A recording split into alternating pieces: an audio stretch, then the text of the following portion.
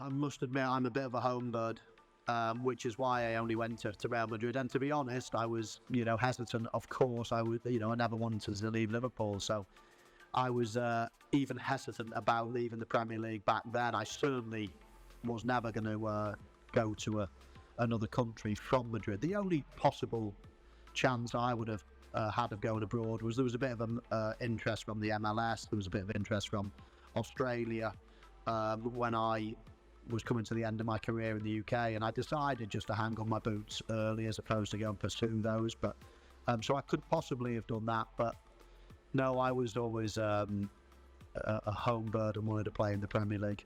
But don't get me wrong, it's great experience for these players. Someone like Jude Bellingham, you'd never, when he was growing up, if you asked him to visualise his career, I bet he never thought he'd play abroad. I bet he thought he'd be, by this time he'd be at Liverpool or Manchester United or Chelsea or somebody, having outgrown Birmingham and maybe gone somewhere in the meantime, like, a lesser Premier League team, for example. So I think if you wrote down that path, then it would be, he would never have thought when he was 12 that he was going to play for a team called Borussia Dortmund in Germany. But that's the way it's taken him, and now he's probably at the biggest club, biggest team in the world in Real Madrid, and it's just brilliant to see him going so well. We'd love to see him in the Premier League. The Premier League is the best league in the world at the moment, and it's competitive and everything else. But as a one-off team, I couldn't resist the temptation, and he's been the same. I mean, if Real Madrid come knocking, it's very, very difficult to say no.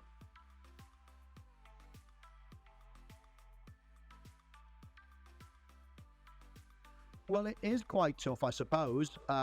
It's like anybody going into a new school, anybody going to a new job. You are a little bit nervous. You want to learn everyone's names. You want everybody to like you, everyone to respect you, everyone to embrace you and take, have them as one of your own. There's certain things that you can do to help that process. But in the initial stages, it's quite nerve-wracking meeting a whole load of new people, especially when you don't talk the language, which is obviously compounds it and makes it even more difficult. So, but looking at Jude Bellingham's character, he looks like just such a good character. Everybody seems to like him.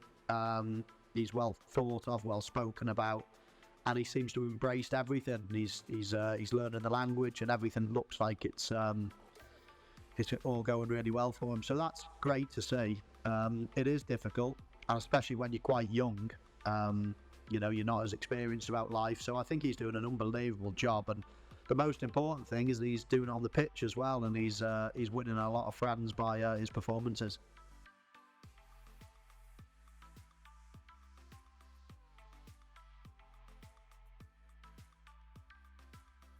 As you say, out of sight, out of mind can maybe apply.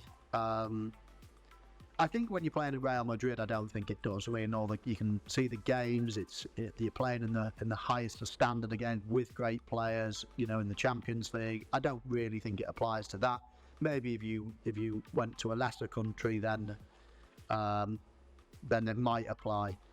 And I mean, it was always in the back of my mind about England, because that's why I only stayed a season at Madrid, because I was a bit nervous about not playing so much next season, especially with the team having bought one or two attacking players. And there was a World Cup at the end of that season, so that definitely played a part in my thinking.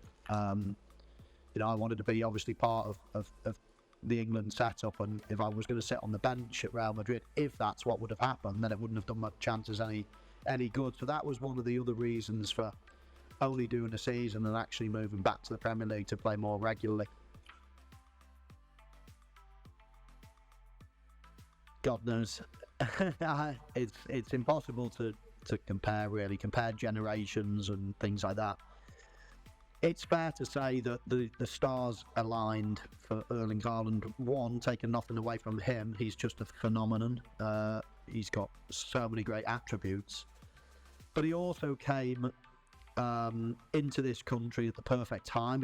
He'd earned his stripes elsewhere. He had developed into an experienced international, type of player that that wasn't coming in cold, that wasn't learning on the job. He was, he was there ready-made as a player. Added to that, he was coming at the perfect time where Manchester City had just, got the best players in the world, got the best manager in the world. It's just the purple patch that everybody dreams of. And so when you come into the, and you announce yourself to the world and you're that good and in the perfect time and perfect moment of your life, and that coincides with somebody wanting you that's also at that exact same moment, then the result is what we've seen. There's other great players, other immense players that would score hundreds of goals themselves, but they're playing in a lesser club, or they're playing at a good club, but it's just not right time at the moment because other clubs are doing well. The stars have all aligned at the right time for him, and that's why you're seeing numbers that we've never seen before. So he's just incredible, and there's no fluke about it, and you can only imagine he's going to keep scoring this same amount of goals in the near future for as long as he's fit and healthy, and as long as Man City are dominating. I mean, we could just see something that we've never seen before.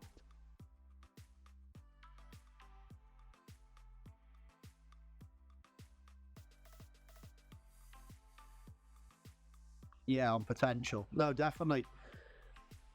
Listen, centre forward play, there will always be people that say, oh yeah, but if you concede loads of goals, you'll never win a league, or this or that or the other. It's all bollocks. The most important position on the pitch, and always will be, and the hardest position to play, and the hardest thing to do in football is to score a goal. And to score lots of them is obviously something that every team wants and every team needs.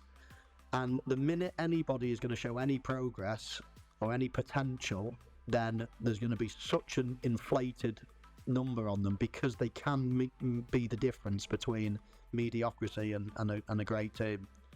So you can find defenders, you can mould defenders, you can coach them to do this, that and the other, and when the ball's here you've got to do that. But centre forward play is pure instinct, and it's knowing your job and being able to do it and under the highest of pressure. And there is such a dearth of top centre forwards that are guaranteeing you goals around the world. Then, when one becomes available, then somebody will pay over the odds for it. And that's where we are. I mean, I'm sure there's lots of clubs around at the moment would die for a striker that can score loads of goals, but they're just not about. And all of a sudden, somebody shows a little bit of promise, and massive numbers are spent just in case that person is going to be the person that can carry them for the next 10 years. And Manchester United have obviously done their homework. He does appear to be somebody that could be a fantastic player in the future. But you normally associate spending that kind of money with somebody that's basically going to guarantee you 30 goals every season, and that's what they've done in the past with the likes of, Rooney and Van Persie and players like that. But it's such an important position on the pitch that you're going to invest all you have to get it right. And by the time some of these players are in their peak, they're worth so much, then you can't get them. So lots of people will try to move early and buy one or two. And I suppose we've just been talking about Jude Bellingham. It's only what Borussia Dortmund have been doing for years and years. They're spending top money, but on potential. Young kids like Jadon Sancho goes there, and yes, they've got to pay through the nose for a kid, but they don't got to pay the hundreds of millions. They're still buying potential.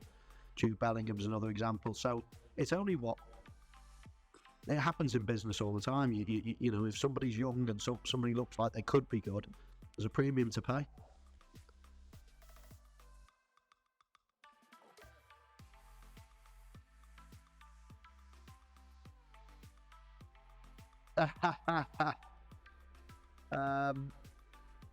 Until you pulled Sturridge out the bag there, I was thinking, I've always thought the same thing. Sky have always employed defenders or sitting midfielders as their pundits, and it's the one thing that I watch football, and when I watch Sky, I'm desperate for somebody to talk about scoring goals.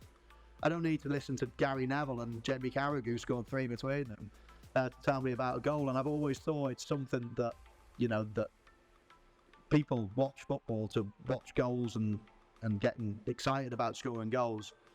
And so before you said Sturridge, then I was thinking Sky have got no goal scorers, we would win, but obviously you've just thrown him in, so that'd make it close. It'd be a good game though. Fair play.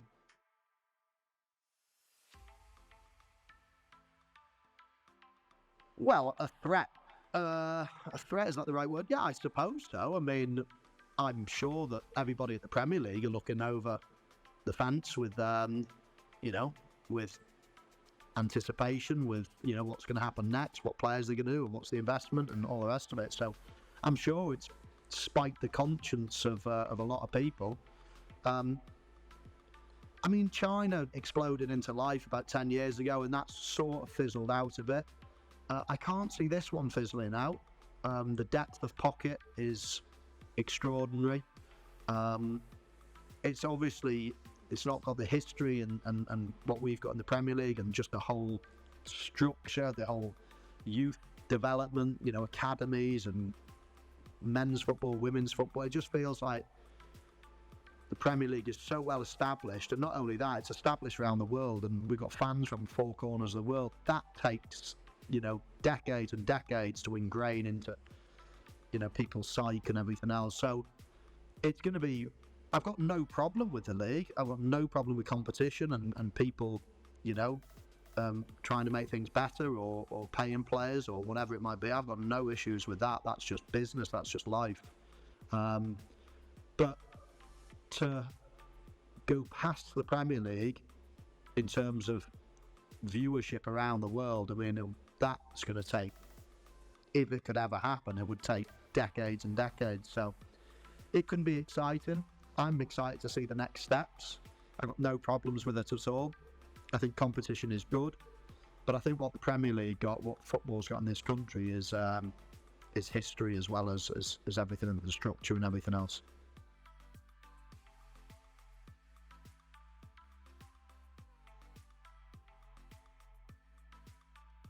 Listen, there's loads of different things that you contemplate, isn't there, when you move? I mean, if you'd asked me when I was 16, then I would have said, no, I'm going to play for Liverpool all my life. That was just what I thought.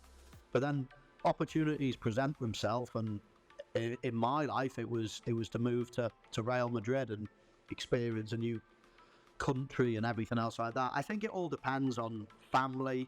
I think it depends on your age, your ambitions, how you feel about everything in life. I'm certainly not going to sit here and criticise anybody that goes to Saudi and experiences something new. So, yeah, I mean, depending on what time in my career and things like that, then it would have been something that any player will look at. Personally, I still think, as we stand, then I would want to be making my name in the Premier League.